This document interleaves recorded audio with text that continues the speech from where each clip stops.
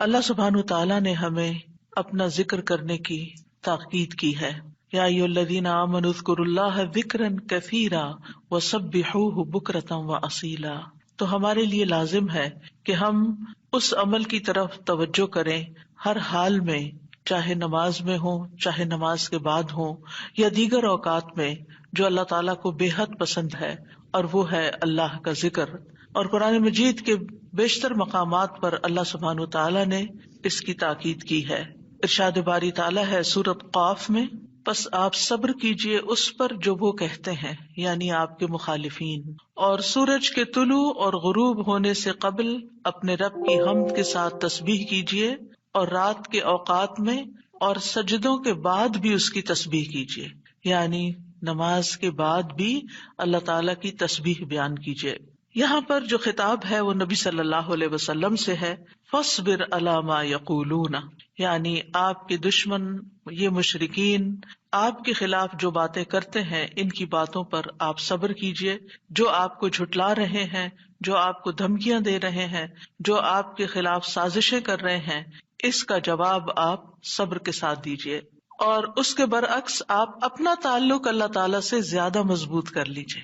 یعنی کتنی خوبصورت تعلیم ہے ہمارے دین کی کہ جب لوگ مخالفت کریں تو بجائے اس کے کہ ان سے الجھنا شروع کر دیں اور ان کی باتوں کا جواب دینے لگیں اور خود کو ڈیفینڈ کرنا شروع کر دیں، کرنے کا کام کیا ہے کہ ہم اللہ کی طرف توجہ کریں، رغبت کریں، دعا کریں، اللہ کی تسبیح بیان کریں، اس کی حمد بیان کریں.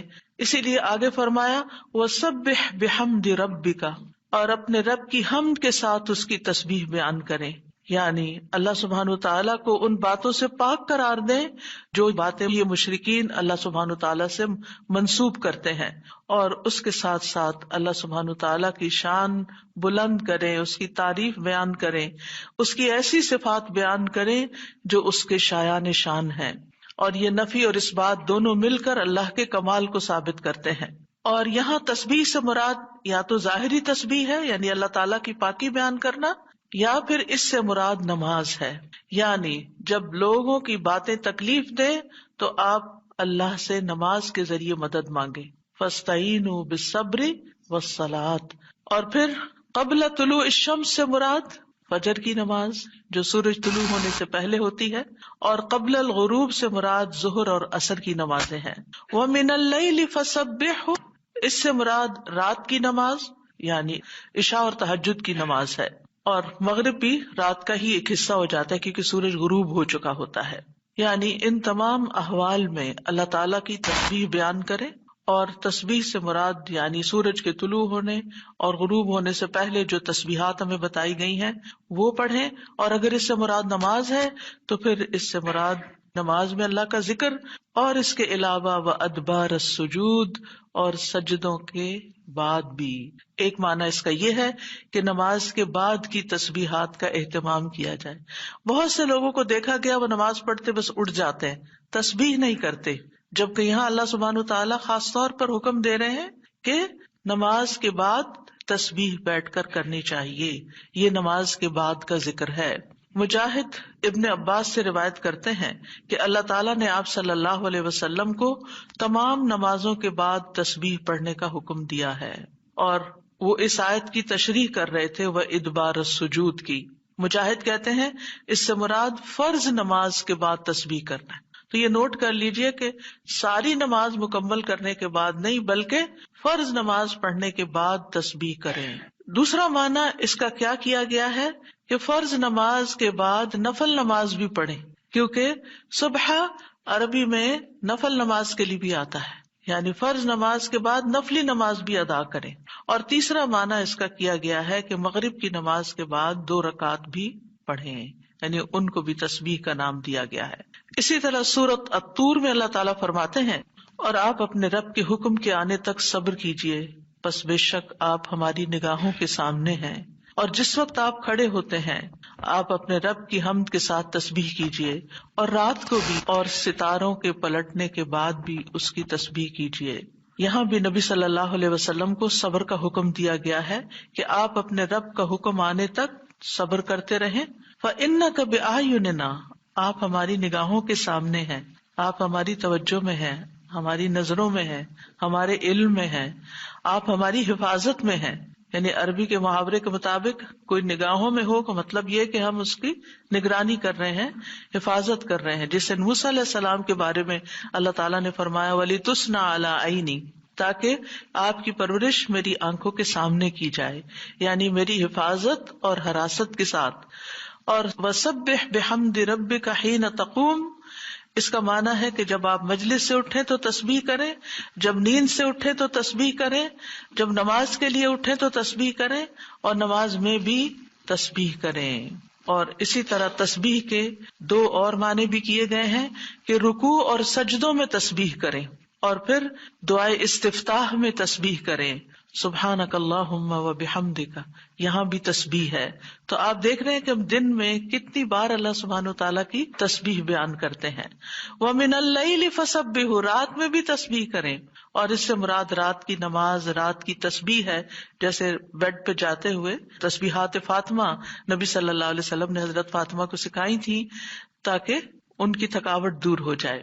نماز کے علاوہ بھی تسبیح کرتے رہنا چاہیے. ادبار النجوم کے بھی 3 معنی ہیں. ایک معنی کیا گیا ہے فجر سے پہلے کی 2 رکعتیں پڑھنا. نبی صلی اللہ علیہ وسلم یہ رکعتیں نہ سفر میں چھوڑتے تھے نہ گھر میں، کبھی بھی آپ نے یہ سنت نماز نہیں چھوڑی. اور پھر اسی طرح اس سے مراد فجر کی 2 رکعات بھی لی گئی، اور نماز کے بعد کی تسبیح بھی مراد ہے. ان دونوں آیات سے پتہ چلتا ہے کہ نماز کے بعد بھی ذکر کرنے کی اہمیت اور ضرورت ہے، جس سے بہت سے لوگ غافل ہوتے ہیں. قرآن مجید میں اللہ تعالیٰ فرماتے ہیں فَإِذَا قَضَيْتُمُ الصَّلَاةَ فَاذْكُرُوا اللَّهَ قِيَامًا وَقُعُودًا وَعَلَى جُنُوبِكُمْ، پھر جب تم نماز پوری کر چکو تو اللہ کو کھڑے، بیٹھے اور اپنے پہلوؤں پر لیٹے ہوئے یاد کرو. یعنی بعض اوقات ایسا ہوتا ہے کہ آپ نماز پڑھ لیتے ہیں اور پھر سمجھتے ہیں کہ ہم اللہ کے ذکر سے فارغ ہو گئے اور اب ہم دنیا کے کام میں لگ جائیں. ہاں، دنیا کے کام 2-3 طرح سے ہی ہوتے ہیں. یا کھڑے ہو کے کوئی کام ہو رہا ہوتا ہے، آپ کچن میں چلے جاتے ہیں، کوکنگ کر رہے ہیں، آپ اپنا ذکر جاری رکھیں. یا پھر آپ بیٹھ گئے ہیں اور بیٹھ کے کوئی کام کر رہے ہیں، تسبیح جاری رکھیں، ذکر جاری رکھیں. اور اسی طرح اگر آپ لیٹ گئے آرام کرنے کے لیے تو بھی ذکر جاری رکھیں. یعنی ہر حال میں اللہ تعالیٰ کا ذکر کرتے رہیں.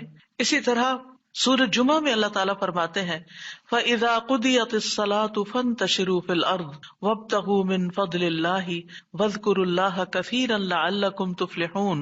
پھر جب نماز پوری کر لی جائے تو زمین میں پھیل جاؤ اور اللہ کے فضل سے تلاش کرو، یعنی اپنے دنیا کا کام کاروبار کرو اور اللہ کو بہت یاد کرو. یعنی اپنے بزنس آورز میں بھی، اپنی جاب پر بھی اللہ کو نہیں بھولنا. کیوں؟ لعلکم تفلحون، تاکہ تم فلاح پاؤ، کامیاب ہو جاؤ. اسی طرح اللہ سبحانہ تعالیٰ رمضان کے روزے مکمل کرنے کے بعد کس چیز کا حکم دیتے ہیں؟ وَلِتُكْمِلُوا الْعِدَّةَ وَلِتُكَبِّرُوا اللَّهَ عَلَىٰ مَا هَدَاكُمْ وَلَعَلَّكُمْ تَشْكُرُونَ. اور تاکہ تم تعداد پوری کرو، اور تاکہ تم اللہ کی بڑائی بیان کرو، تکبیرات پڑھو، اور اس پر کہ اس نے تم کو ہدایت بخشی، اور تاکہ تم شکر ادا کرو. اسی طرح حج کے مناسک ادا کرنے کے بعد بھی ذکر کا حکم ہے. فَإِذَا قَضَيْتُم مَّنَاسِكَكُمْ فَاذْكُرُوا اللَّهَ كَذِكْرِكُمْ آبَاءَكُمْ أَوْ أَشَدَّ ذِكْرًا. پھر جب تم اپنے حج کے مناسک پورے کر چکو تو اللہ کو یاد کرو جس طرح اپنے باپ دادا کو یاد کیا کرتے تھے، بلکہ اس سے بھی زیادہ یاد کرنا. یعنی باپ دادا کو یاد کرنے، ماں باپ کو یاد کرنے سے بھی زیادہ اللہ کا ذکر کیا کرو، اللہ سبحانہ تعالیٰ کو زیادہ یاد کیا کرو. کیونکہ انسانوں کی یاد انسانوں کو دکھی کرتی ہے، لیکن اللہ کی یاد دلوں کے اطمینان کا باعث بنتی ہے، دلوں کے اندر سکون کا باعث بنتی ہے. الا بذکر اللہ تطمئن القلوب، خبردار اللہ کے ذکر سے دلوں کو اطمینان نصیب ہوتا ہے. تو آپ نے دیکھا کہ تمام عبادات کے بعد ذکر کا حکم ہے، تسبیح کا حکم ہے، تکبیر کا حکم ہے. اسی طرح نماز کے بعد خاص طور پر، یعنی نماز پڑھتے ہی اٹھ نہیں جانا چاہیے، بلکہ وہاں بیٹھ کر بھی اللہ کا ذکر کرنا چاہیے، اور اس میں غفلت نہیں برتنی چاہیے اور سستی نہیں ہونی چاہیے. بعض لوگ سلام پھیرتے ہی سنت پڑھنے کے لیے کھڑے ہو جاتے ہیں، جیسے آج کل تراویح میں جلدی ہوتی ہے لوگوں کو، تو بس فرض نماز پڑھی، آیت الکرسی کا بھی ٹائم نہیں ملتا کہ جلدی سے سنت کا ہوتا ہے کہ اگر آیت الکرسی پڑھنے بیٹھ گئے تو سنت رہ جائے گی، امام صاحب تراویح شروع کر دیں گے. تو میں سوچتی ہوں کہ جب گھر سے نکل ہی آئے اللہ کی یاد کے لیے تو کم از کم مسنون مستحب طریقے سے ہی ہم ساری عبادات کریں تاکہ وہ دل کو پھر اطمینان بھی نصیب ہو. بہرحال ایک نماز کے بعد فوراً اگلی نہیں شروع کر دینی چاہیے، اس کے بیچ کے وقفے میں اللہ کا ذکر کرنا چاہیے. نبی صلی اللہ علیہ وسلم فجر کی نماز کے بعد طلوع آفتاب تک نماز کی جگہ بیٹھے رہتے تھے، اور فجر ارلی شروع کرتے تھے، اندھیرے میں شروع کرتے تھے، اور فجر پڑھنے کے بعد بیٹھے رہتے اور ذکر کرتے رہتے. سماک بن حرب کہتے ہیں میں نے جابر بن سمرہ سے عرض کیا کیا آپ رسول اللہ صلی اللہ علیہ وسلم کے پاس بیٹھے تھے؟ انہوں نے فرمایا کہ ہاں بہت زیادہ، میں بہت بیٹھتا رہا ہوں آپ کے پاس. آپ اپنی نماز کی جگہ سے کھڑے نہیں ہوتے تھے جس جگہ صبح کی نماز پڑھتے تھے جب تک کہ سورج نہ نکل آتا، پھر جب سورج نکل آتا تو آپ کھڑے ہو جاتے. اسی طرح ایک اور روایت میں آتا ہے نبی صلی اللہ علیہ وسلم جب فجر کی نماز پڑھتے تھے تو اپنی جگہ بیٹھے رہتے یہاں تک کہ سورج خوب اچھی طرح طلوع ہو جاتا، تو پھر اس وقت کیا کرتے تھے؟ اشراق کے نوافل. تو اس سے آپ اندازہ لگائیں کیا ہم میں سے کوئی یہ کہہ سکتا ہے کہ میں رسول اللہ صلی اللہ علیہ وسلم سے زیادہ مصروف انسان ہوں، میں زیادہ بزی ہوں، میرے بہت کام ہے، میرے پاس بیٹھنے کا وقت نہیں ہے؟ نہیں، یہ صرف نفس کا دھوکہ ہوتا ہے.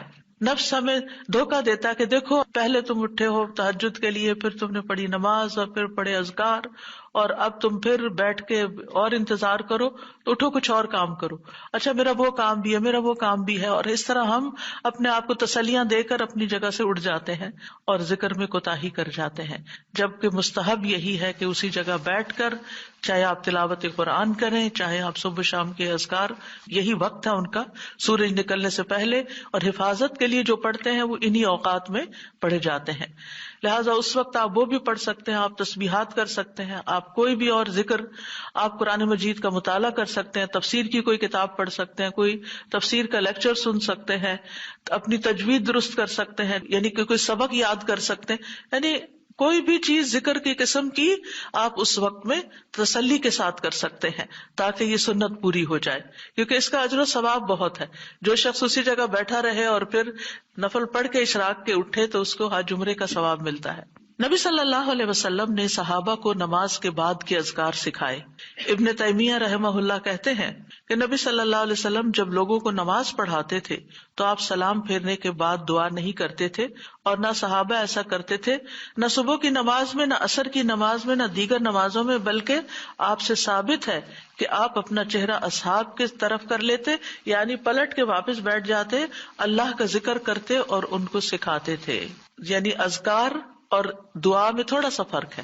دعائیں زیادہ سے زیادہ سلام پھیرنے سے پہلے کر لیتے تھے، اور جو اذکار ہوتے تھے جیسے تسبیحات ہیں یا صبح شام کے اذکار ہیں یا باقی اذکار ہیں وہ بعد میں کر لیتے تھے، جیسے لا الہ الا اللہ وحدہ لا شریک لہ، اور اسی طرح دیگر اذکار جو ہیں.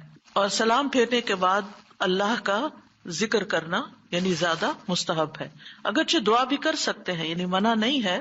بعض علماء یہ کہتے ہیں کہ نبی صلی اللہ علیہ وسلم نے جو دبر الصلاۃ کا لفظ استعمال کیا نماز کے پیچھے، تو اس سے مراد نماز کے بعد بھی ہے. حضرت عائشہ کہتی ہیں کہ نماز کے بعد کے اذکار شیشے کو صاف کرنے کے بعد اس کو چمکانے کی طرح ہے، یعنی نماز میں آپ نے اپنی صفائی کر لی اور اب بعد کے اذکار کے جو آپ کو اور زیادہ چمکا رہے ہیں.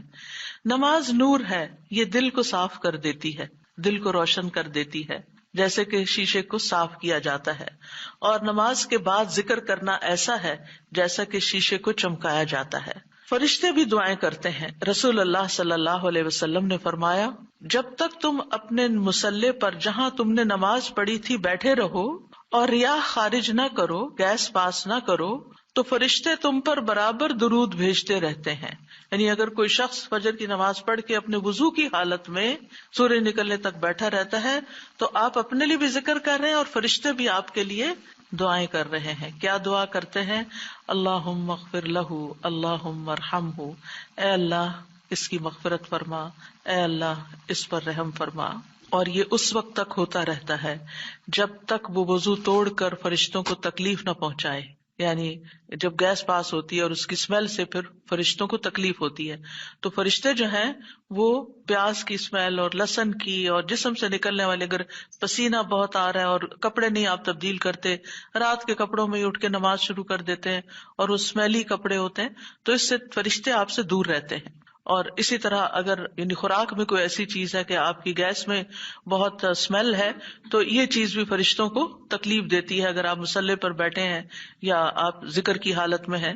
پھر اس وقت ذکر کرنا جو ہے اولاد اسماعیل سے غلام آزاد کرنے سے افضل عمل ہے، خاص طور پر اگر ہم لا الہ الا اللہ وحدہ لا شریک لہ والی تسبیح پڑھتے ہیں.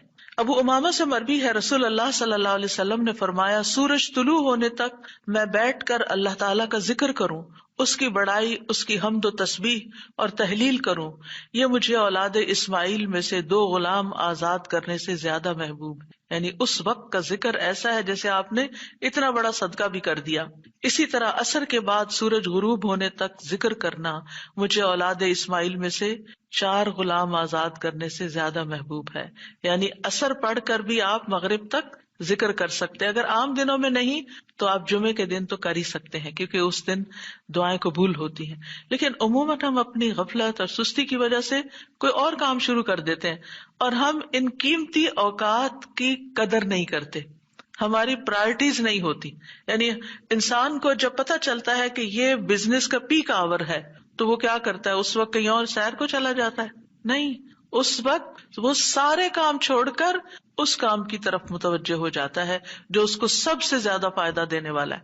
تو اسی طرح بعض سلف صالحین کہتے ہیں کہ ہم نے جمعے کے دن عصر کے بعد مغرب تک جو دعا کی ہماری قبول ہوئی. یعنی یہ قبولیت دعا کا خاص وقت ہوتا ہے. جیسے صبح کا وقت بکرتن نماز فجر سے لے کر سورج نکلنے تک کا ہے، بڑا ہی قیمتی وقت ہے ذکر اذکار کے لیے. اسی طرح عصر کی نماز سے لے کر مغرب تک کا وقت بھی بڑا ہی قیمتی ہے. تو اس میں آپ دیکھیے خصوصاً آج کل آپ روزے سے ہیں، روزہ دار کی بھی دعا قبول ہوتی ہے، اور اس میں بھی امت کے نیک لوگوں کا طریقہ یہی رہا ہے کہ وہ روزہ کھلنے سے پہلے سارے کام چھوڑ دیتے تھے اور ذکر اذکار میں مصروف ہو جاتے تھے، دعائیں کرنے میں مصروف ہو جاتے تھے. تو آپ بھی اپنے لیے کچھ پلان اس طرح کریں کہ جمعے کا دن اور ہم کم از کم رمضان کا مہینہ عصر کا وقت جو ہے اس سے پہلے اپنے کام ختم کر کے مصلی پہ بیٹھے یا کرسی پہ بیٹھے، یا لیٹنا چاہتے تو لیٹ جائیں، کیونکہ پہلی آیت یہی بتائی گئی تھی نا کہ آپ کھڑے یا بیٹھے یا لیٹے ہر حال میں اللہ کا ذکر کر سکتے ہیں. الذین یذکرون اللہ قیاما وقعودا وعلی جنوبہم، وہ جو اللہ کا ذکر کرتے ہیں کھڑے، بیٹھے اور لیٹے، جس بھی پوزیشن میں آپ کرنا چاہیں آپ ذکر کر سکتے ہیں. اور اس میں تسبیح کیجیے، حمد و ثنا کیجیے اللہ تعالیٰ کی، اور دعائیں مانگیے. اور الحمدللہ ہمارے پاس کتابوں کی شکل میں دعاؤں کا اتنا پیارا ذخیرہ ہے، جو مسنون اوتھینٹک دعائیں قرآن و سنت سے ہم نے جمع کی ہیں. اگر زبانی یاد ہے تو بہت ہی اچھا کہ دل لگا کے زبانی پڑھے، اور اگر زبانی یاد نہیں تو ان کو کھول لیجیے اور پڑھنا شروع کر دیجیے. اور صرف پڑھتے نہ جائیں، اس وقت کوئی قرات کا وقت نہیں ہے، یہ مانگنے کا وقت ہے. دیکھ دیکھ کر اس طرح پڑھیں دعا کو جیسے آپ مانگ رہے ہیں اللہ تعالیٰ سے. تو انشاءاللہ آپ کے دین، دنیا، آخرت کے سارے مسائل حل ہوں گے اور ایک پرامن پرسکون زندگی بسر کریں گے اگر ان اوقات کی آپ قدر کر لیں. کیونکہ جو قبولیت کے اوقات ہیں ان کو گنوانا نہیں چاہیے، ان کو ہاتھ سے جانے نہیں دینا چاہیے. آپ صبح فجر کے وقت مثلا اگر رمضان میں ہر روز 1 سپارہ پڑھتے ہیں، آدھا سپارہ فجر کے بعد پڑھ لیں، آدھا سپارہ عصر کے بعد پڑھ لیں. تو اس طرح بیلنس بھی ہو جائے گا، آپ کا دل نہیں گھبرا، کیونکہ ہمارا نفس جو ہے نا وہ اتنا آزاد منشا کہ وہ کہیں ایک جگہ بیٹھنے کی قید قبول نہیں کرتا. وہ بار بار ہمیں کہتا ہے اچھا فون چیک کر لو، اچھا وہ کر لو، وہ کر لو، اور توجہ اور یکسوئی سے ہمیں ذکر اذکار نہیں کرنے دیتا. تو اس کو ٹیم کرنے میں، اس کو ڈسپلن کرنے میں وقت لگے گا. لیکن ونس ایک دفعہ آپ عادی ہو گئے، آپ نے اس گھوڑے کو قابو کر لیا، آپ نے اس کو بٹھا لیا. جیسے بچے کو بٹھانے میں مشکل ہوتی ہے لیکن جب بیٹھ جاتے پھر بیٹھ جاتے ہیں، تو پھر انشاءاللہ آپ دیکھیں گے کہ آپ کے لیے یہ گھڑیاں بڑی پر لذت ہو جائیں گی. آپ ان گھڑیوں کو انجوائے کریں گے، آپ کا اور زیادہ دل چاہے گا کہ کاش یہ اور لمبی ہو جائے. اچھا روزہ کھل گیا، ابھی تو میرا یہ بھی اور یہ بھی ٹارگٹ پورا نہیں ہوا. پھر اسی طرح یہ ہے کہ رسول اللہ صلی اللہ علیہ وسلم نے فرمایا، جو شخص فجر کی نماز جماعت کے ساتھ پڑھنے کے بعد بیٹھ کر اللہ کا ذکر کرتا رہے یہاں تک کہ سورج نکل آئے، پھر 2 رکعتیں پڑھے، اس کے لیے 1 حج اور عمرے کا ثواب ہے۔ انس فرماتے ہیں، پھر رسول اللہ صلی اللہ علیہ وسلم نے 3 بار فرمایا، پورا پورا پورا، یعنی پورا ثواب حج عمرے کا، پورا ثواب حج عمرے کا، پورا ثواب۔ یعنی آپ سوچئے کہ حج عمرہ کرنا کوئی آسان کام ہے؟ مشکل کام ہے، جس میں مال بھی انوالو ہے، آپ کی ایفرٹ بھی، آپ کا گھر چھوڑنا بھی، سب کچھ۔ لیکن اگر آپ کو ایک مصلی پہ بیٹھ کے اتنا بڑا اجر و ثواب ملتا ہے تو اور کیا چاہیے۔ صرف بات ہے اپنے نفس کو منانے کی، اپنے دل کو اور اپنے آپ کو ڈسپلن کرنے کی، اور ایک دفعہ آپ نے شروع کر لیا، اور اگر نہیں ہو پا رہا تو اللہ سے دعا کریں کہ اللہ تعالیٰ توفیق دے دے، اللہ تعالیٰ آسان کر دے، تو انشاءاللہ آپ کے لیے آسانی بھی ہو جائے گی۔ پھر اسی طرح نبی صلی اللہ علیہ وسلم نے فرمایا، اللہ تعالیٰ فرماتا ہے کہ میں اپنے بندے کے ساتھ ہوتا ہوں جب وہ مجھے یاد کرتا ہے اور میری یاد میں اپنے ہونٹ ہلاتا ہے۔ اور ایسے لوگ جو ذکر میں آگے ہوتے ہیں وہ درجات میں بھی بہت آگے ہیں، سبقت لے جانے والے ہیں، فالسابقون السابقون ہیں۔ رسول اللہ صلی اللہ علیہ وسلم نے فرمایا، مفردون سبقت لے گئے۔ صحابہ نے پوچھا، یا رسول اللہ مفردون کون ہوتے ہیں؟ آپ صلی اللہ علیہ وسلم نے فرمایا، جو اللہ کے ذکر میں مشغول رہتے ہیں، یعنی ہر وقت ان کا دھیان اپنے رب کی طرف ہوتا ہے، کیونکہ ذکر میں دل میں بھی یاد ذکر کہلاتا ہے، زبان سے کچھ بولنا بھی ذکر ہے، اور اس کے علاوہ قرآن کی تلاوت، نماز، یہ ساری ذکر کی قسمیں ہیں۔ یعنی کچھ فارمل ہے، کچھ انفارمل ہے، کچھ خبر ہے یعنی جیسے تسبیحات وغیرہ ہوتی، کچھ میں دعا ہوتی ہے، طلب ہوتی ہے، اللہ تعالیٰ سے اپنی حاجت مانگتے ہیں، یہ ساری چیزیں ذکر میں شمار ہوتی ہیں۔ اب آ جاتے ہیں ہم نماز کے بعد کے اذکار کے متعلق، اور یہ اذکار بھی آپ کو اس کتاب میں ملیں گے، نماز کے اذکار، یعنی نماز کے اندر کے ذکر بھی اور نماز کے بعد کے بھی۔ نماز کا سلام پھیرتے ہی نماز ختم ہو جاتی ہے، اس کے بعد سب سے پہلے کہنا چاہیے اللہ اکبر 1 بار، اور تھوڑا سا بلند آواز سے، جس سے پتہ چلے کہ نماز پڑھ لی ہے۔ اللہ اکبر۔ ابن عباس کہتے ہیں، میں نبی صلی اللہ علیہ وسلم کی نماز کے مکمل ہونے کو تکبیر کی وجہ سے سمجھ جاتا تھا۔ یعنی مثلا کوئی نفل پڑھ رہا ہے تو آپ کو نہیں پتہ چلتا کہ پڑھ چکا یا نہیں، لیکن اگر اس نے بلند آواز سے کہہ دیا اللہ اکبر تو پتہ چل گیا کہ ہاں اس کی نماز مکمل ہو گئی ہے۔ کیوں اللہ اکبر کہیں؟ کہ اللہ ہر چیز سے بڑا۔ آپ دیکھیں ہم نے نماز کا آغاز کس سے کیا تھا؟ اللہ اکبر سے کیا تھا، اور نماز میں کئی بار ہم نے اللہ اکبر کہا، اور اب نماز کے اختتام پر بھی اللہ اکبر، رمضان کے اختتام پر بھی اللہ اکبر، یعنی اللہ کی تکبیر بیان کرنا۔ اللہ سبحانہ وتعالیٰ قرآن مجید میں فرماتے ہیں، اتل ما اوحی الیک من الکتاب واقم الصلاۃ ان الصلاۃ تنہی عن الفحشاء والمنکر ولذکر اللہ اکبر واللہ یعلم ما تصنعون۔ کتاب میں سے جو آپ کی طرف وحی کیا گیا ہے اس کی تلاوت کیجیے اور نماز قائم کیجیے، بے شک نماز بے حیائی اور برائی سے روکتی ہے، اور یقیناً اللہ کا ذکر تو سب سے بڑی چیز ہے، اور اللہ کو معلوم ہے جو کچھ تم کرتے ہو۔ تو اللہ کا ذکر سب سے بڑی چیز، اور اس ذکر میں اللہ کو سب سے بڑا قرار دینا سب سے بڑی چیز۔ اور نبی صلی اللہ علیہ وسلم اور پھر صحابہ کا طریقہ بھی یہی تھا کہ آپ فرض نمازوں کے بعد ذکر کرتے اور آوازیں بلند کرتے، یعنی نماز کے بعد کا ذکر جو ہے اس میں آواز اونچی ہوتی ہے۔ ابن عباس اس بات سے معلوم کر لیتے کہ لوگوں نے سلام پھیر لیا ہے کیونکہ وہ ان کے ذکر کی آواز سنتے تھے۔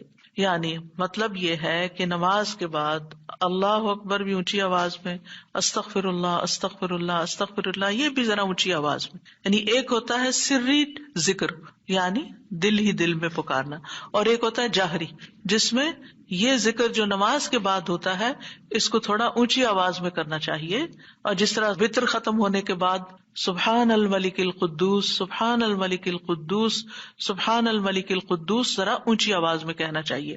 تو نبی صلی اللہ علیہ وسلم اس ذکر کو ہمیشہ اونچی آواز میں کرتے تھے، ٹھیک ہے، یعنی آپ کی اقتداء، آپ کی پیروی ہر معاملے میں یہ عبادت کے درجات کو بڑھا دیتی ہے۔ اور اس میں ہم یہ بھی دیکھتے ہیں کہ صحابہ کرام جو تھے وہ نبی صلی اللہ علیہ وسلم کی صرف سنت کو نہیں سیرت کو بھی آگے بیان کرتے تھے کہ آپ نے کوئی کام کیا اور کس طریقے سے کیا، مثلا ذکر کیا اور کس طرح کیا، بلند آواز سے کیا یا آہستہ آواز سے کیا، بیٹھ کر کیا یا کھڑے ہو کر کیا، اور پھر آپ دیکھیے کہ نماز کے بعد اذکار جو ہیں وہ زیادہ پسندیدہ ہیں، یعنی دعاؤں کی نسبت زیادہ اذکار، ٹھیک ہے. اور پھر اسی طرح آپ دیکھیے کہ دوسرا ذکر جو آپ کریں گے وہ ہے استغفر اللہ 3 بار، استغفر اللہ استغفر اللہ. ثوبان کہتے ہیں رسول اللہ صلی اللہ علیہ وسلم جب اپنی نماز سے فارغ ہوتے تھے تو 3 مرتبہ استغفار فرماتے تھے، 3 بار استغفار کرتے. ولید کہتے ہیں میں نے اوزائی سے پوچھا آپ استغفار کس طرح فرمایا کرتے تھے؟ تو انہوں نے کہا آپ فرماتے تھے استغفر اللہ استغفر اللہ. اب نماز پڑھ لی ہے، استغفر اللہ کیوں؟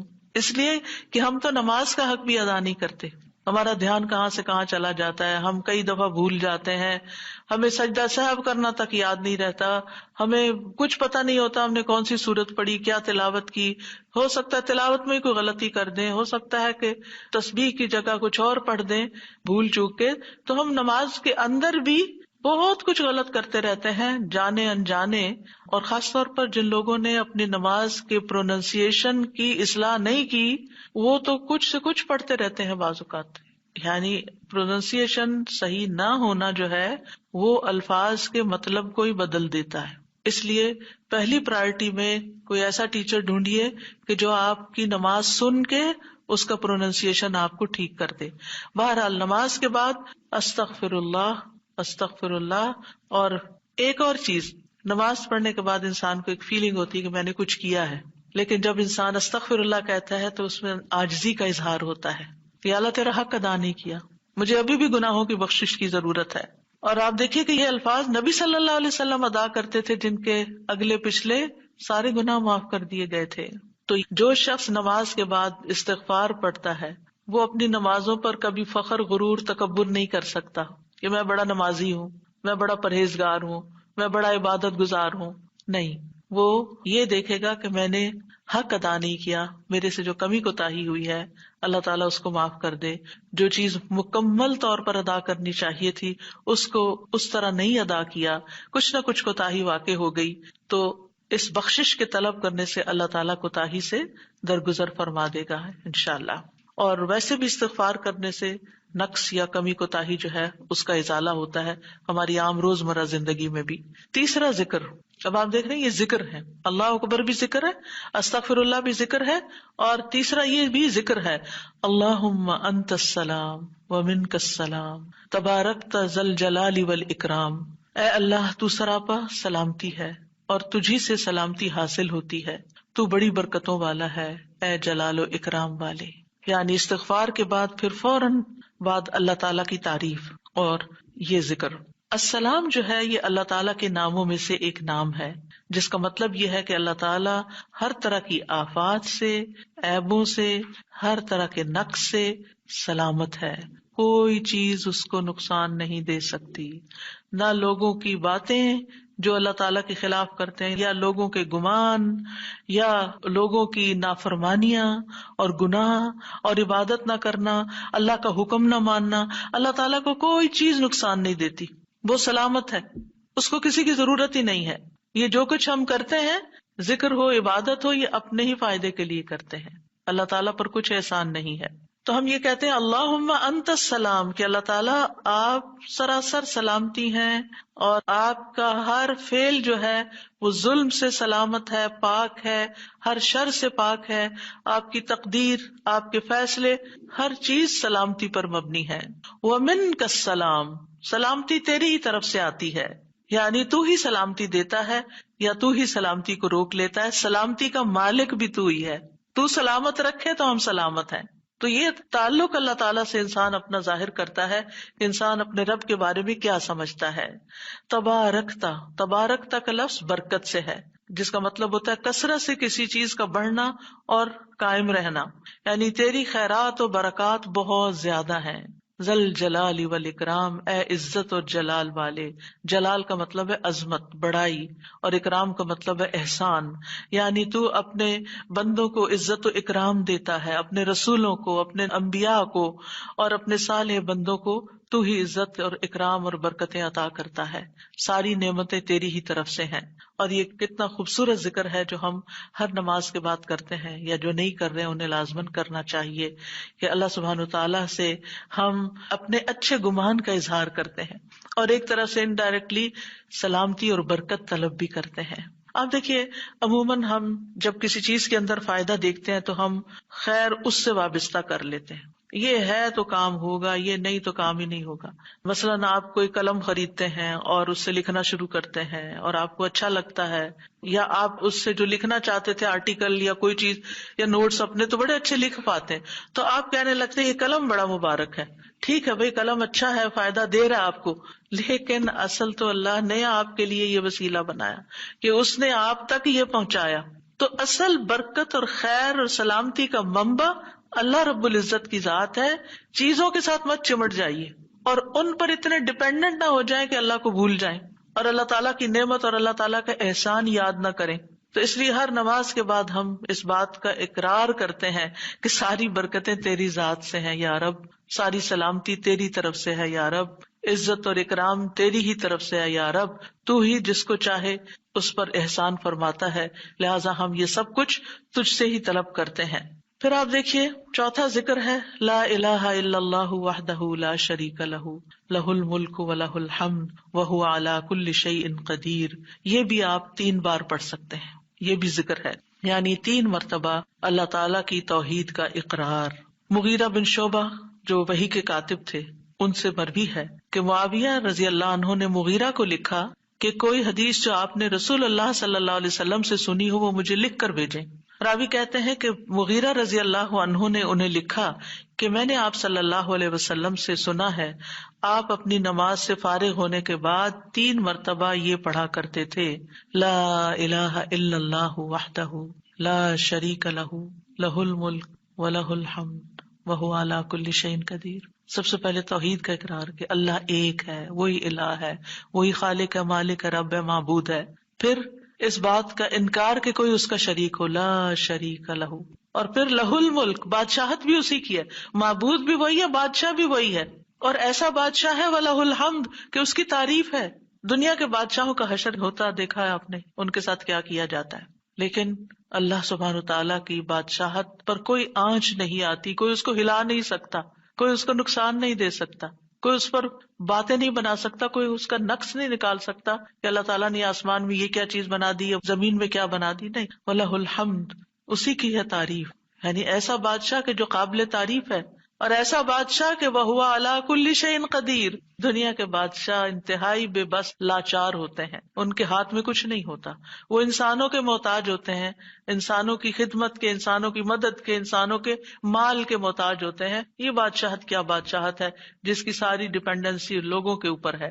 تو اصل بادشاہت تو اللہ کی ہے کہ جو ہر چیز پر پوری قدرت رکھتا ہے. تو آپ اس احساس کے ساتھ اگر اللہ تعالیٰ کا یہ ذکر کرتے ہیں تو آپ کا دل ایک سکون سے بھر جائے گا، ایک خوشی سے بھر جائے گا کہ میں ایسی ہستی کو جانتی ہوں، ایسی ذات کو جانتی ہوں کہ جو اتنی خوبیوں کی مالک ہے. کیونکہ یہ انسان کی فطرت میں ہے، انسان کی نفسیات میں ہے کہ وہ کسی چیز کی تعریف کر کے خوش ہوتا ہے، اور عام طور پر ہم صرف سامنے نظر آنے والی چیزوں کی تعریف کر کر کے خوش ہوتے رہتے ہیں، اور تھوڑے دن کے بعد وہ بھی خراب ہو جاتی ہے، وہ تعریف بھی ساتھ ہی چلی جاتی ہے. انسان ہے تو مر جاتے ہیں، ان کے اعمال ہے تو ختم ہو جاتے ہیں، اور کبھی وہ اچھے ہوتے ہیں اور پلٹ بھی جاتے ہیں. وہ کہاں گئی تعریفیں؟ جوان ہے تو بڑھاپے میں ساری تعریفیں چلی گئیں، مالدار تھے تو غریب ہوئے تو ساری تعریفیں چلی گئیں. اسی طرح علم ہے اور جنون لاحق ہو گیا تو ساری تعریفیں چلی گئیں، سب کچھ الٹ گیا. اور دنیا کے یہ سارے نظارے آپ نے دیکھے ہوں گے کہ جب ہر نعمت لوگوں پر الٹ جاتی. اسی لیے ہم دعا کرتے ہیں نا کہ اللہم انی اعوذ بک من زوال نعمتک، کہ اللہ نعمتوں کے زوال سے بچانا. یہ انتہائی تکلیف دہ چیز ہے، لیکن یہ ایک دنیا کا قانون ہے، یہ سب کچھ ہوتا ہے اور ہماری آنکھیں دیکھتی ہیں. لیکن اللہ سبحانہ و تعالی ان سب چیزوں سے پاک ہے، اس کو کوئی زوال نہیں اور اس کا کوئی کچھ بگاڑ نہیں سکتا، اور وہ ہر چیز پر پوری طرح قادر ہے، جو چاہے کر سکتا ہے، اور تعریف اسی کے لیے ہے. 5واں ذکر لا الہ الا اللہ وحدہ لا شریک لہ لہ الملک ولہ الحمد وہو علی کل شیء قدیر. اللہم لا مانع لما اعطیت ولا معطی لما منعت ولا ينفع ذا الجد منک الجد. اللہ کے سوا کوئی الہ نہیں، وہ اکیلا ہے، اس کا کوئی شریک نہیں، بادشاہت اسی کی ہے اور تمام تعریف اسی کے لیے ہے، اور وہ ہر چیز پر پوری طرح قدرت رکھنے والا ہے۔ اے اللہ، جو کچھ تو نے دیا ہے اسے کوئی روکنے والا نہیں، اور جو کچھ تو نے روک دیا اسے کوئی دینے والا نہیں، اور کسی مالدار کو تیری بارگاہ میں اس کا مال نفع نہیں پہنچا سکتا۔ ابتدا میں تو وہی اللہ کی توحید بیان ہوئی، اس کی بادشاہت اور اس کی حمد کا ذکر ہے اور اس کی قدرت کا ذکر ہے، اور اس کے بعد کہ جو اللہ نے دیا، جو وہ دینا چاہتا ہے اسے کوئی روک نہیں سکتا۔ یہاں بھی آپ دیکھیں، مانگ کچھ نہیں رہی، یہ ذکر ہے، یہ دعا نہیں، یہ کیا ہے؟ ذکر ہے۔ اور جو کچھ تو نے روک دیا کوئی دے ہی نہیں سکتا، اور سارے ہی مالدار فقیر ہیں، اور خاص طور پر تیرے سامنے فقیر ہیں۔ یا ایھا الناس انتم الفقراء الی اللہ واللہ هو الغنی الحمید، اے لوگو تم سب اللہ کے فقیر ہو، اللہ کے محتاج ہو، اور اللہ ہی غنی، مالدار اور وہی قابل تعریف ہے۔ واللہ هو الغنی الحمید، ٹھیک ہے۔ نبی صلی اللہ علیہ وسلم جب سلام پھیرتے تھے تو یہ دعا پڑھا کرتے تھے یا یہ ذکر کیا کرتے تھے، اور اس میں آپ دیکھیے کہ یہ جو عقیدہ ہے نا کہ اللہ روکے تو کوئی دے نہیں سکتا، یہ انسان کو بڑا اطمینان دے دیتا ہے۔ اگر کوئی چیز، کوئی خیر آپ کی طرف آنے سے رکی ہوئی ہے تو وہ اللہ ہی نے روکی ہوئی ہے، آپ پر رحمت کی وجہ سے، بدگمان نہ ہو اس سے، کسی وجہ سے رکی ہوئی ہے۔ آپ کسی کی کوئی اچھی چیز دیکھتے ہیں، کسی کا مینشن دیکھتے ہیں تو سوچتے ہیں کتنا خوش قسمت ہے، کتنے بڑے گھر میں رہتا ہے۔ کسی کے پاس فراری دیکھتے ہیں تو آپ کہتے ہیں واہ کتنا خوش قسمت ہے، لیکن آپ کو نہیں پتا کہ یہی چیزیں اس کے لیے کتنی بڑی آزمائش بنی ہوئی ہیں، آپ نہیں جانتے۔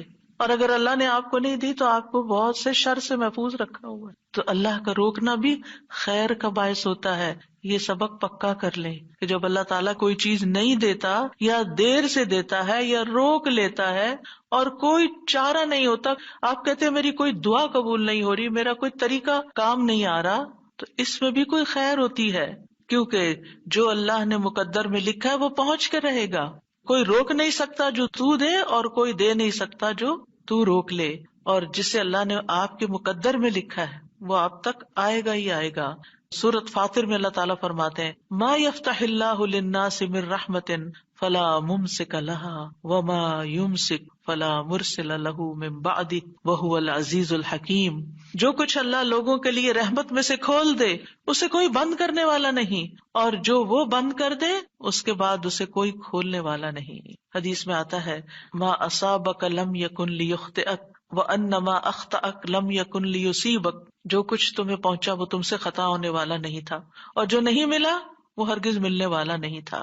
قرآن مجید میں سورۃ الرعد میں اللہ تعالیٰ فرماتے ہیں وَإِذَا أَرَادَ اللَّهُ بِقَوْمٍ سُوءًا فَلَا مَرَدَّ لَهُ، جب اللہ کسی قوم کے ساتھ برائی کا ارادہ کر لیتا ہے تو اس کو کوئی پھیرنے والا نہیں، کوئی سپر پاور اس ملک کی مدد نہیں کر سکتی اگر اللہ نے اس کے لیے جنگ کا فتنہ یا کسی اور طرح کی کوئی آزمائش لکھی ہے۔ یہ اللہ کے فیصلے ہوتے ہیں، یا اللہ نے کسی قوم کو تباہ کرنے کا فیصلہ کر لیا ہو تو کوئی اس کو روک نہیں سکتا۔ لہٰذا ہمیں اللہ پر ہی بھروسہ کرنا چاہیے، اور ہر حال میں ایسی پریشان کن باتوں پر اللہ تعالیٰ ہی کی طرف رجوع کر لینا چاہیے۔ یاد رکھیے اگر کوئی چیز نہیں ملی تو اللہ تعالیٰ کو الزام مت دیں، اللہ تعالیٰ سے ناراض نہیں ہو، اللہ تعالیٰ سے بدظن نہیں ہو، یہ روکنا اس کی رحمت ہے۔ انسان اگر ان دو جملوں پر ایمان لے آئے تو پھر اس کا مکمل بھروسہ اللہ کی ذات پر ہو جائے گا۔ وہ رزق کے بارے میں اللہ پر ہی توکل کرے گا، نقصان کو دور کرنے اور بھلائی کو پانے کے لیے اللہ پر ہی بھروسہ کرے گا، وہ اللہ کو اپنے لیے کافی سمجھے گا۔ یعنی جہاں کہیں دل چھوٹا ہوا، جہاں کہیں کوئی پریشانی آئی، کہتے حسبی اللہ و نعم الوکیل، اللہ کار ساز یعنی کام بنانے والا اللہ ہی میرے لیے کافی ہے، وہ میرا کام بنائے گا، وہ میری مشکل آسان کرے گا۔ تو یہ توحید ربوبیت اور الوہیت پر مشتمل جملے ہیں۔ ابن تیمیہ کہتے ہیں یہ حدیث دو عظیم اصولوں پر مشتمل ہے۔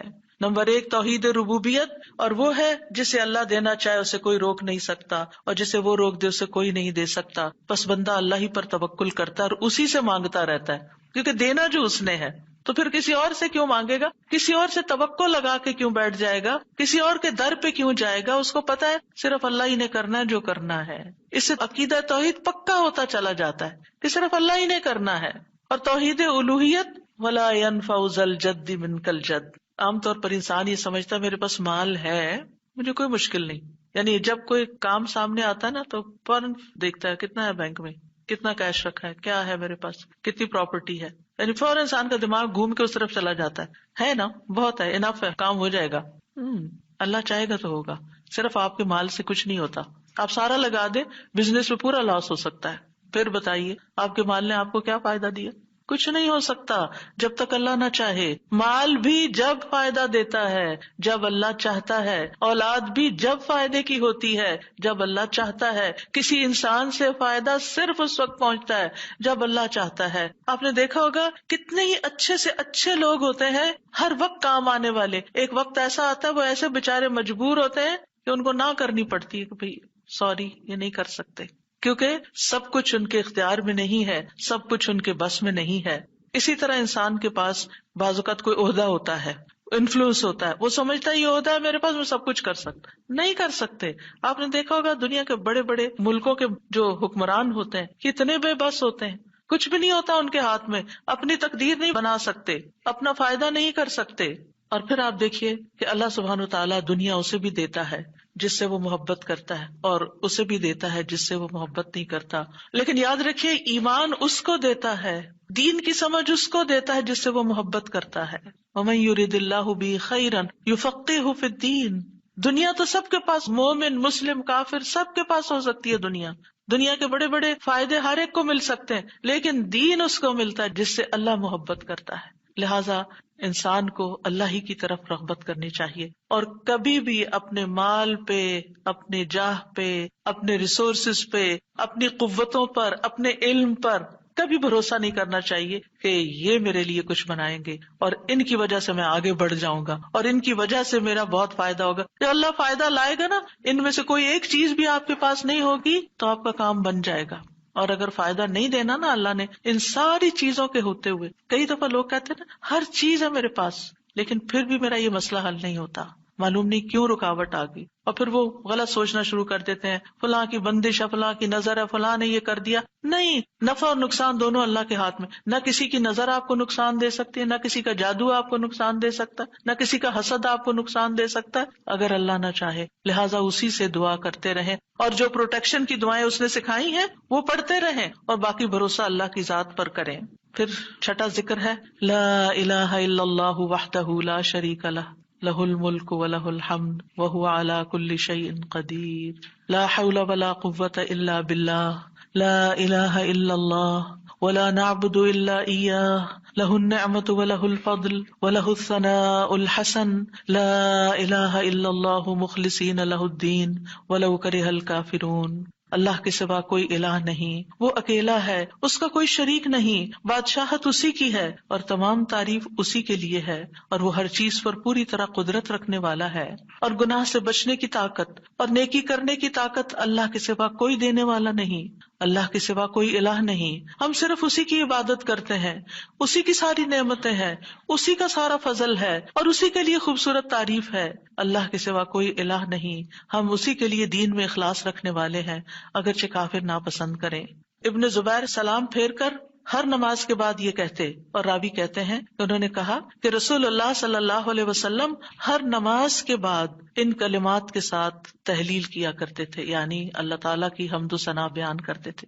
یہ بھی کیا ہے نماز کے بعد کا ذکر. اور اس میں آپ دیکھیے لا الہ الا اللہ وحدہ کے علاوہ لا حول ولا قوت الا باللہ، لا حول ولا قوت الا باللہ، کہ کوئی پھیرنے کی قوت یعنی کسی برائی کو، نقصان کو دور کرنے کی، اور اسی طرح کوئی فائدہ حاصل کرنے کی قوت اللہ ہی کے پاس ہے. کسی گناہ سے دور ہونے اور کسی نیکی کے کرنے کی ہمت طاقت اللہ ہی کے پاس ہے. تو یہ لا حول ولا قوت الا باللہ بہت فائدہ دیتا ہے اور اس کی کثرت کرنے کو کہا گیا ہے. اور لا الہ الا اللہ ولا نعبد الا ایاہ، ہم صرف اسی کی عبادت کرتے ہیں. لہ النعمت ولہ الفضل وَلَهُ الثَّنَاءُ الْحَسَنُ، نعمت بھی اور فضل بھی اور اچھی تعریف سب اللہ ہی کے لیے ہے، اور ہم مخلص ہو کر اللہ کی عبادت کرتے ہیں. مخلصین لہ الدین لا الہ الا اللہ وَلَوْ كَرِهَ الْكَافِرُونَ.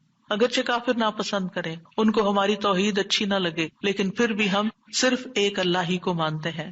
ساتویں چیز ہے تسبیحات. سبحان اللہ 33 بار، الحمدللہ 33 بار اور اللہ اکبر 33 بار، اور 34ویں بار لا الہ الا اللہ وحدہ لا شریک لہ لہ الملک ولہ الحمد وہو علی کل شیء قدیر. ہر نماز کے بعد ان تسبیحات کو پڑھنے کی فضیلت کیا ہے؟ ابو ہریرہ کہتے ہیں رسول اللہ صلی اللہ علیہ وسلم نے فرمایا، جس آدمی نے ہر نماز کے بعد 33 مرتبہ سبحان اللہ، 33 مرتبہ الحمدللہ اور 33 مرتبہ اللہ اکبر کہا تو یہ 99 کلمات ہو گئے، اور 100 کا عدد پورے کرنے کے لیے لا الہ الا اللہ وحدہ لا شریک لہ یہ ذکر کر لیا تو اس کے سارے گناہ معاف کر دیے جائیں گے، چاہے وہ سمندر کی جھاگ کے برابر ہوں۔ یعنی 100 کا عدد پورا کرنے کے لیے کیا پڑھنا ہے؟ لا الہ الا اللہ وحدہ لا شریک لہ لہ الملک ولہ الحمد وہو علی کل شیء قدیر۔ رسول اللہ صلی اللہ علیہ وسلم نے فرمایا، ہر نماز کے بعد کچھ ایسے اذکار ہیں جن کو پڑھنے والا یا جن کو کرنے والا کبھی محروم نہیں ہوتا، جن میں سے سبحان اللہ 33 بار، الحمدللہ 33 بار اور 34 بار اللہ اکبر۔ یعنی اگر لا الہ الا اللہ پورا نہیں پڑھ سکتے تو اللہ اکبر کو 34 بار کر کے 100 کی گنتی پوری کر لیں۔ پھر اسی طرح رسول اللہ صلی اللہ علیہ وسلم کے پاس کچھ فقیر صحابہ حاضر ہوئے، کہا کہ امیر لوگ بلند درجات اور ہمیشہ رہنے والی جنت حاصل کر چکے، حالانکہ جس طرح ہم نماز پڑھتے ہیں وہ بھی پڑھتے ہیں، جیسے ہم روزے رکھتے ہیں وہ بھی رکھتے ہیں، لیکن مال و دولت کی وجہ سے انہیں ہم پر فضیلت حاصل ہے۔ اس کی وجہ یہ کہ وہ حج کرتے ہیں، عمرہ کرتے ہیں، جہاد کرتے ہیں، صدقے دیتے ہیں، اور ہم محتاجی کی وجہ سے یہ کام نہیں کر سکتے۔ آپ نے فرمایا کیا میں تمہیں ایک ایسا عمل نہ بتا دوں، اگر تم اس کی پابندی کرو گے تو جو لوگ تم سے آگے بڑھ چکے ہیں تم انہیں پالو گے، اور تمہارے مرتبے تک کوئی نہیں پہنچ سکتا، اور تم اپنے سامنے موجود لوگوں میں سب سے بہتر ہو جاؤ گے، سوائے ان کے جو یہی عمل شروع کر دیں۔ ہر نماز کے بعد 33 بار سبحان اللہ، 33 بار الحمدللہ، 33 بار اللہ اکبر، اور پھر 34ویں بار تو وہ ذکر آپ کو بتا ہی دیا گیا۔ اور اگر آپ 33 بار نہ پڑھ سکیں تو 10 بار سبحان اللہ، 10 بار الحمدللہ اور 10 بار اللہ اکبر پڑھ لیا کریں۔ یعنی اگر جلدی ہے تو پھر 10 بار بھی پڑھ سکتے ہیں۔ نبی صلی اللہ علیہ وسلم نے فرمایا 2 عمل ایسے ہیں اگر کوئی مسلمان بندہ ان کی پابندی کر لے تو جنت میں داخل ہوگا، اور وہ بہت آسان ہے مگر ان پر عمل کرنے والے بڑے کم ہیں۔ وہ کیا ہیں؟ ہر نماز کے بعد 10 بار سبحان اللہ، 10 بار الحمدللہ، 10 بار اللہ اکبر۔ فرمایا زبان کی ادائیگی کے اعتبار سے تو 150 بار ہے، یعنی 5 نمازوں میں 10 بار، اور ترازو میں 1500 ہوں گے۔ اور جب سونے لگے تو 34 بار اللہ اکبر، 33 بار الحمدللہ اور 33 بار سبحان اللہ کہے۔ زبانی طور پر تو یہ 100 ہے مگر میزان میں یہ تسبیحات 1000 ہوں گی۔ اور وہ کہتے ہیں یقیناً میں نے رسول اللہ صلی اللہ علیہ وسلم کو دیکھا، آپ انہیں اپنے ہاتھ سے شمار کرتے تھے، اور پھر کہتے ہیں دائیں ہاتھ سے، تو کرنے کا طریقہ کیا ہے؟ 3 دفعہ اوپر کو جائیے سبحان اللہ سبحان اللہ سبحان اللہ، اور 3 دفعہ نیچے کو آ جائیے سبحان اللہ سبحان اللہ سبحان اللہ۔ ایک انگلی پہ 6 بار ہو گیا، تو آپ کی 5 انگلیاں، تو 5 کو 6 دفعہ ضرب دیں تو کیا ہوتا ہے؟ 30، اور 3 دفعہ اور پڑھ لیں، اور اگر 34 ہے تو ایک اور پڑھ لیں۔ تو اس طرح ایک ہی ہاتھ پر، دائیں ہاتھ پر یہ تسبیحات آسانی سے پڑھی جا سکتی ہیں، کیونکہ ہاتھ سے تسبیح کرنا زیادہ پسندیدہ ہے۔ حضرت عبداللہ بن عمر کہتے ہیں میں نے رسول اللہ صلی اللہ علیہ وسلم کو دیکھا، آپ داہنے ہاتھ کی انگلیوں پر تسبیح کو شمار کرتے تھے، اور آپ نے صحابیات کو حکم دیا تھا کہ وہ اللہ کی تکبیر، تقدیس، تحلیل کی پابندی اختیار کریں اور اپنی انگلیوں پر شمار کریں، کیونکہ ان سے سوال ہوگا اور یہ بلوائی جائیں گی، قیامت کے دن ہاتھ بولیں گے، تو اگر ان پہ تسبیح آپ پڑھتے ہیں تو یہ بول کے بتائیں گے ہم تو اللہ کا ذکر کرتے رہے۔ 8ویں چیز ہے آیت الکرسی۔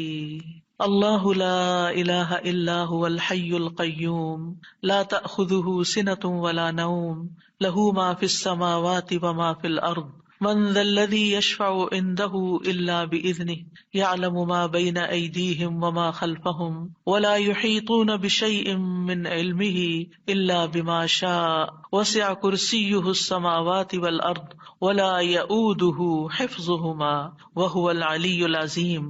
پورا اللہ کا تعارف ہے۔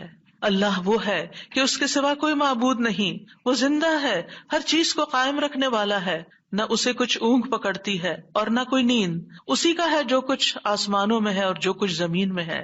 کون ہے جو اس کے پاس اس کی اجازت کے بغیر سفارش کرے؟ وہ جانتا ہے جو کچھ ان کے سامنے اور جو کچھ ان کے پیچھے ہے، اور وہ اس کے علم میں سے کسی چیز کا احاطہ نہیں کر سکتے مگر جتنا وہ چاہے۔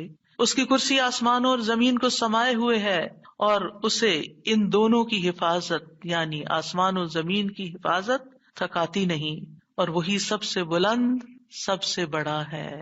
ہر نماز کے بعد آیت الکرسی پڑھنے کی فضیلت یہ ہے کہ جو شخص نماز کے بعد اس کو پڑھ لیتا ہے اور اس نماز کے بعد اس کی ڈیتھ ہو جاتی ہے تو فرمایا اس کو موت کے علاوہ کوئی چیز جنت میں جانے سے نہیں روک سکتی، مر گیا تو سیدھا جنت میں۔ یہ قرآن مجید کی سب سے افضل آیت ہے۔ ابو ذر غفاری کہتے ہیں میں مسجد حرام میں داخل ہوا اور رسول اللہ صلی اللہ علیہ وسلم کو اکیلے دیکھ کر آپ کے پاس آ کے بیٹھ گیا. میں نے کہا یا رسول اللہ صلی اللہ علیہ وسلم کون سی آیت افضل ہے جو آپ پہ نازل ہوئی؟ آپ نے فرمایا آیت الکرسی. کرسی کے مقابلے میں 7 آسمان اس طرح ہے جیسے بیابان زمین میں کوئی چھلا گرا پڑا ہو، اور پھر کرسی کے مقابلے میں عرش کا حجم اتنا ہے جیسے اس چھلے کے مقابلے میں بیابان کا وجود.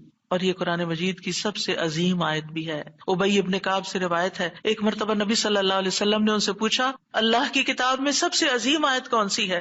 انہوں نے کہا اللہ اور اس کا رسول ہی زیادہ جانتے ہیں. آپ نے یہ سوال کئی مرتبہ دہرایا تو ابی ابن کعب نے کہا آیت الکرسی. یہ سن کر آپ نے فرمایا ابو المنذر تمہیں تمہارا علم مبارک ہو، اس ذات کی قسم جس کے ہاتھ میں میری جان ہے، عرش کے پائے کے پاس یہ اللہ بادشاہ کی پاکیزگی بیان کرتی ہوگی، اس کی ایک زبان اور 2 ہونٹ ہوں گے، یعنی جو لوگ اس پڑھیں گے وہ ان کے حق میں ایک طرح سے گواہ ہوگی. 9ویں چیز جو نماز کے بعد پڑھنی چاہیے وہ ہے معوذات. سورۃ الاخلاص، سورۃ الفلق، سورۃ الناس. پہلی سورت میں اللہ تعالیٰ کی توحید بیان ہوئی ہے، دوسری سورت میں انسان کو پناہ مانگنے کے لیے کہا گیا ہے. کہہ دیجیے میں مخلوق کے رب کے پناہ پکڑتا ہوں اس چیز کے شر سے جو اس نے پیدا کی، اور اندھیری رات کے شر سے جب وہ چھا جائے، اور گرہوں میں پھونکنے والیوں کے شر سے، اور حسد کرنے والے کے شر سے جب وہ حسد کرے. انہی چیزوں کا خوف رہتا ہے نا، کوئی جادو کر دے گا، کوئی حسد کر لے گا. ہر نماز کے بعد پڑھیں گے کس وقت وہ کرے گا؟ اس کو تو آپ موقع ہی نہیں دے رہے کہ وہ جادو کرے یا آپ سے حسد کرے. ہر 2 نمازوں کے بیچ میں جو کوئی ایسا فتنہ فساد آیا اس کا ازالہ ہوتا چلا جائے گا.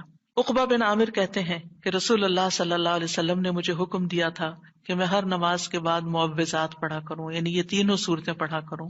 10ویں چیز ہے رب اعنی علی ذکرک و شکرک و حسن عبادتک. اللہ کے ذکر، اس کے شکر اور اچھی عبادت پر اللہ کی مدد مانگنا. معاذ بن جبل کہتے ہیں کہ رسول اللہ صلی اللہ علیہ وسلم نے میرا ہاتھ پکڑا اور فرمایا اے معاذ اللہ کی قسم میں تم سے محبت کرتا ہوں. کتنے خوش قسمت تھے معاذ رضی اللہ عنہ. میں نے عرض کیا یا رسول اللہ صلی اللہ علیہ وسلم میں بھی آپ سے محبت کرتا ہوں. تو رسول اللہ صلی اللہ علیہ وسلم نے فرمایا تم پابندی سے ہر نماز میں یہ دعا مانگا کرو رب اعنی علی ذکرک و شکرک و حسن عبادتک. معاذ رضی اللہ عنہ جو ہیں 33 سال کی عمر میں امواس کے طاعون میں شہید ہو گئے تھے. He was only 33 years old. ان کا مقام کیا تھا؟ آپ کی بشارت کے مطابق وہ جنت میں علماء کے قائد ہوں گے، یعنی علماء امت کے جو عالم ہیں ان کو جنت کی طرف لیڈ کر رہے ہوں گے. کس وجہ سے آپ صلی اللہ علیہ وسلم نے ان سے محبت کا اظہار کیا؟ علم کی وجہ سے. علم کے حریص تھے اور نیکی کے کاموں میں آگے آگے، اور اتنی چھوٹی عمر میں عین جوانی کے وقت فوت بھی ہو گئے اور کتنا بڑا درجہ اور مقام پا گئے.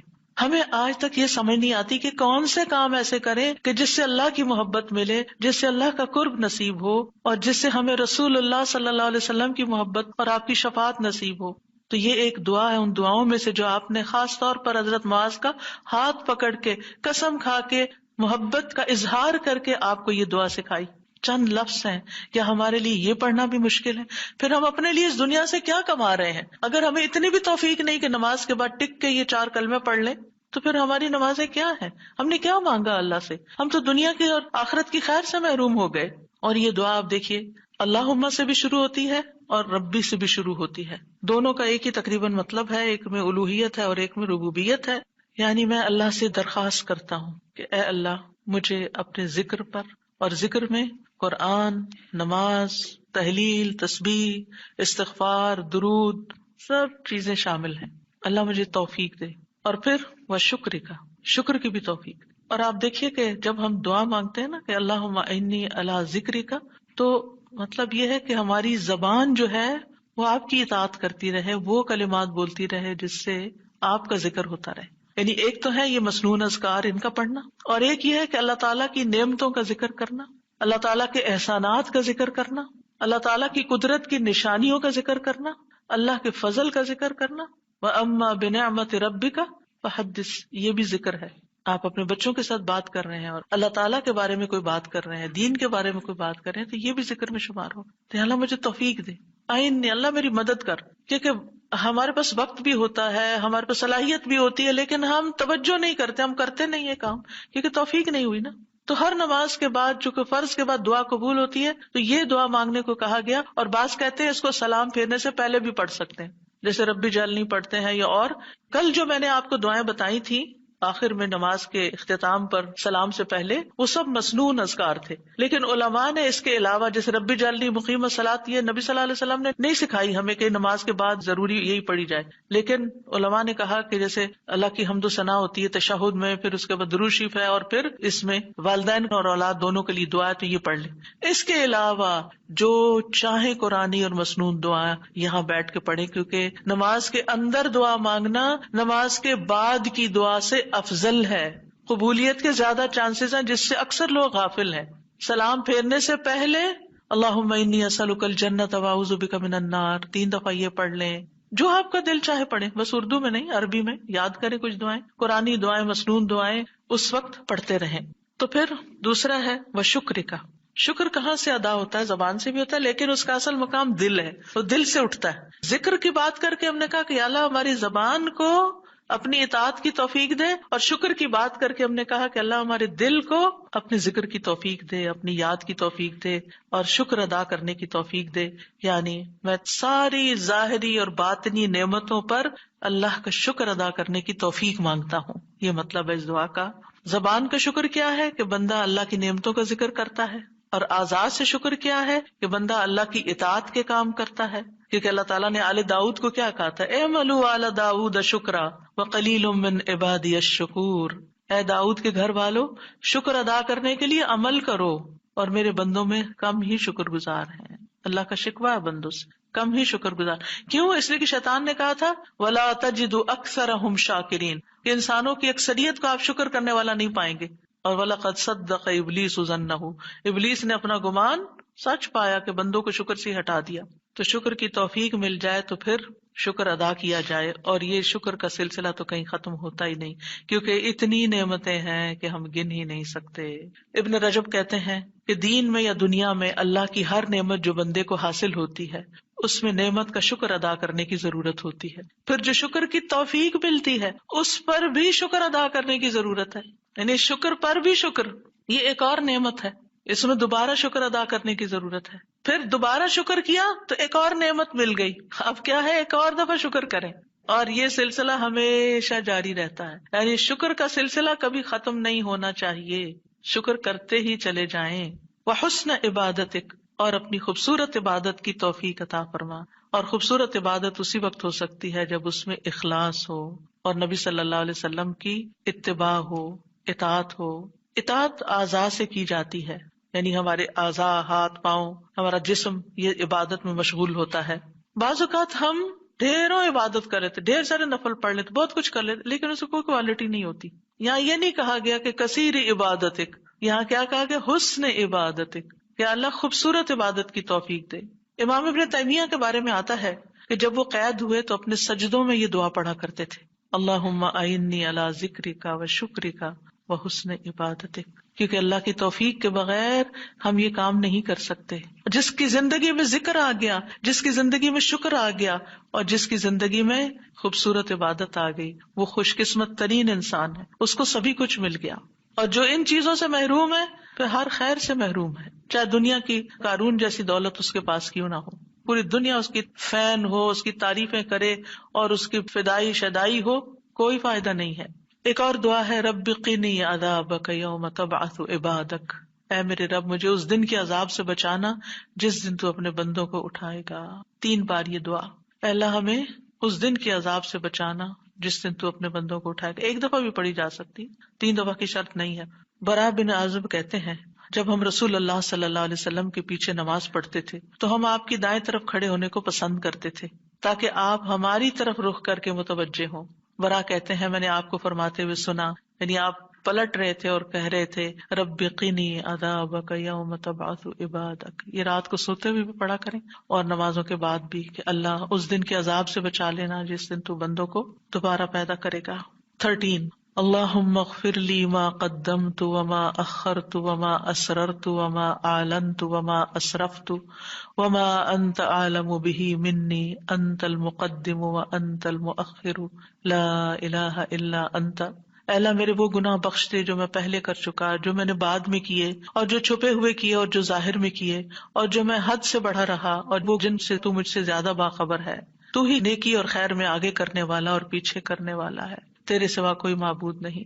نبی صلی اللہ علیہ وسلم سلام پھیرنے کے بعد یہ دعا پڑھا کرتے تھے، یعنی اس دعا کے بارے میں ثابت ہے کہ سلام کے بعد پڑھا کرتے تھے۔ تو اللہم اغفر لی ما قدمت، بات یہ ہے کہ جو نیک لوگوں کی نیکیاں ہوتی ہیں وہ مقربین کے گناہ شمار ہوتے ہیں، یعنی ان کا اسٹینڈرڈ اور ہائی ہوتا ہے نا، ان کی کوالٹی اور اچھی ہوتی ہے۔ تو اس لیے نبی صلی اللہ علیہ وسلم کے گناہ کوئی نہیں تھے کہ جس کے لیے آپ بخشش مانگتے تھے، ایک تو ہمیں سکھانے کے لیے، اور دوسرا یہ ہے کہ نیکیوں میں سے جو کم درجے کی نیکیاں ان پر بھی۔ وما اخرت، اور جو عبادت مجھ سے تاخیر ہوئی، کوتاہی ہوئی، جو میں نے لیٹ کی، جس کا حق ادا نہیں کیا۔ وما اسررت، جو میں نے چھپایا، جو میرے دل میں وسوسے اور خیالات آئے، بعض اوقات نماز کے اندر وسوسے آنا شروع ہو جاتے ہیں، تو یا اللہ تو اس کو بھی معاف کر دے۔ وما اعلنت، اور جو میں نے ظاہراً کیے، یعنی وہ اقوال افعال جو سب کے سامنے، لوگوں کے سامنے کوئی بری مثال پیش کی، یعنی یہ نبی صلی اللہ علیہ وسلم کے نہیں، یہ ہمارے لیے ہے کہ ہم بعض اوقات ایسی بات کر جاتے ہیں، ایسا کام کر جاتے ہیں جو دوسروں کو پٹ آف کر دیتا ہے نیکی کے کاموں سے، یا ان کو دین سے ہٹا دیتا ہے، یا اور اسی طرح کی غلطیاں ہم کرتے ہیں۔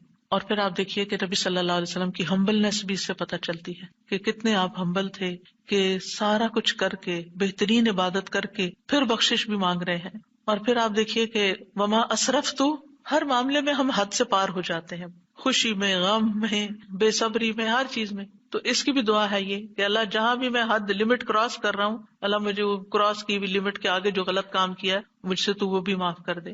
اور وما انت عالم بہ منی، اور جو تو مجھ سے زیادہ جانتا ہے، یعنی خاص کے بعد عام کا بھی ذکر ہے، یعنی میں نے تو مانگ لیا جو مجھے سمجھ آتی تھی، اب اس کے علاوہ بھی جو کچھ ہے اس کو بھی آپ معاف کر دیجیے۔ اور پھر انت المقدم و انت المؤخر، دوسرے روایت میں انت المقدم والمؤخر بھی آتا ہے، جس کو تو چاہتا ہے آگے بڑھا دیتا ہے نیکی میں، جس کو تو چاہتا ہے پیچھے کر دیتا ہے۔ یعنی یہ نہ سوچیے کہ آج میں اگر نیکیوں میں آگے ہوں تو ہمیشہ ایسے ہی رہوں گی، ہمیشہ ڈرتے رہا کریں، پیچھے بھی ہو سکتے ہیں، تو یا اللہ تو مجھے آگے ہی رکھنا، مراد یہ ہے۔ اور اگر نبی صلی اللہ علیہ وسلم کے بارے میں ہے تو آپ کی نبوت سب سے آخر میں تھی، وہ ایک پازیٹیو سینس میں ہے، انت المقدم و انت المؤخر۔ اور پھر اسی طرح یہ ہے کہ قیامت کے دن سب سے پہلے آپ اٹھائے جائیں گے، حالانکہ دنیا میں آپ کی نبوت سب سے آخر میں تھی۔ تو یہ اللہ تعالیٰ کا فیصلہ ہوتا ہے، جس چیز پر وہ چاہتا ہے اپنے بندوں کو اتارتا ہے، جس کو چاہتا ہے آگے بڑھاتا ہے، جس کو چاہتا ہے عزت دیتا ہے، جس کو چاہتا ہے ذلت دیتا ہے، اور بندوں کے ایک دوسرے پر درجات ہیں۔